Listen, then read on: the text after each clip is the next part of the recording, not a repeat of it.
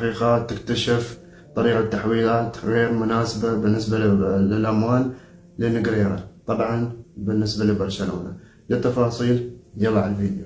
صحيفة الكونفديشنال كتبت أن برشلونة عنده 7 طرق و7 شركات أنه كان يدفع لها لنجريرا. طبعا نجريرا كان عنده شركة من هال7 وولده كذلك، فعندهم 7 طرق للدفع بالنسبة لنجريرا.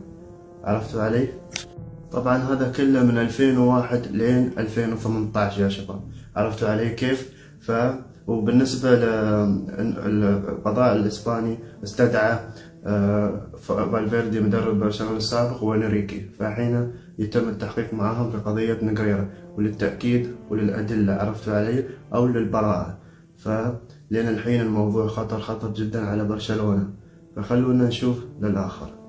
والسبب في هذا الموضوع أنهم استدعوا انريكي وفالفيردي، السبب الوحيد أنهم هم في حكام طبعا اتكلموا عن هذا الموضوع، وأولهم نجريرا وولده.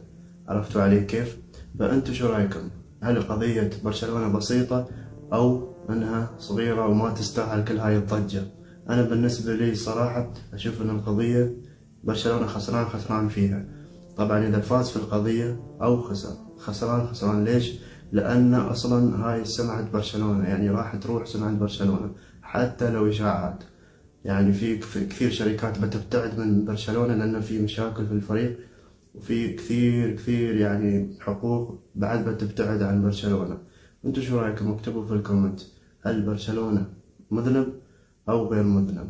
لايك شير سبسكرايب يا شباب. القناة مو نازلة بالدعم يا شباب، ساعدونا الله يخليكم. سلام.